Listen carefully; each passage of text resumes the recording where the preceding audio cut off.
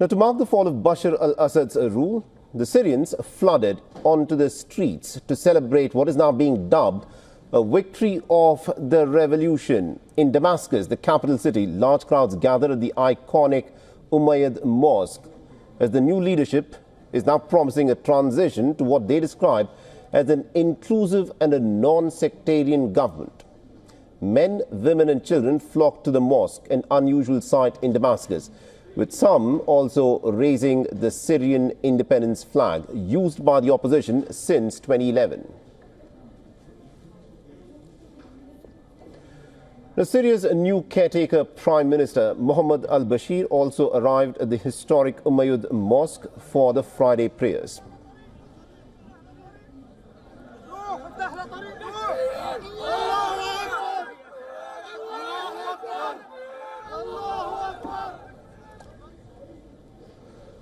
Now, the fall of Bashar al-Assad has also prompted many Syrian refugees to return home, while families are desperately searching for their loved ones who had disappeared during the rule of Bashar al-Assad.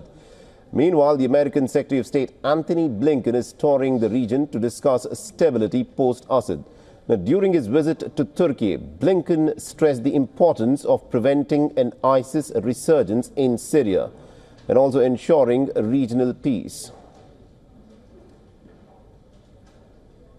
We're very focused on Syria, very focused on the opportunity that now is before us and before the Syrian people to move from out from under the shackles of Bashar al-Assad to a different and better future for the Syrian people, one that the Syrian people decide for themselves. And we talked about how Turkey, how the United States, how other partners in the region can support those efforts.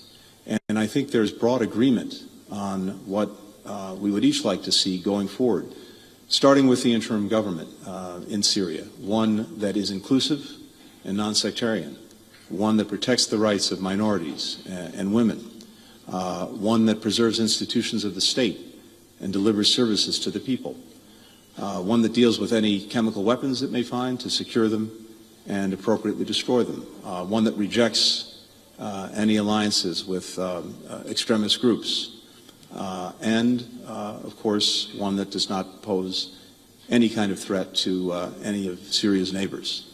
We also discussed the imperative of continuing the efforts to keep ISIS down.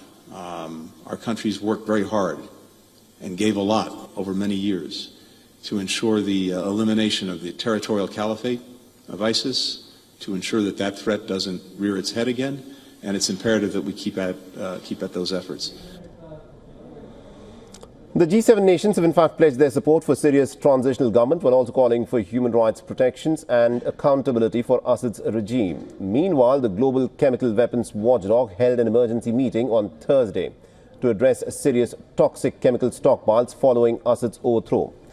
Now, the Organization for the Prohibition of Chemical Weapons urged Syria to comply with safety and destruction rules after rebels took Damascus.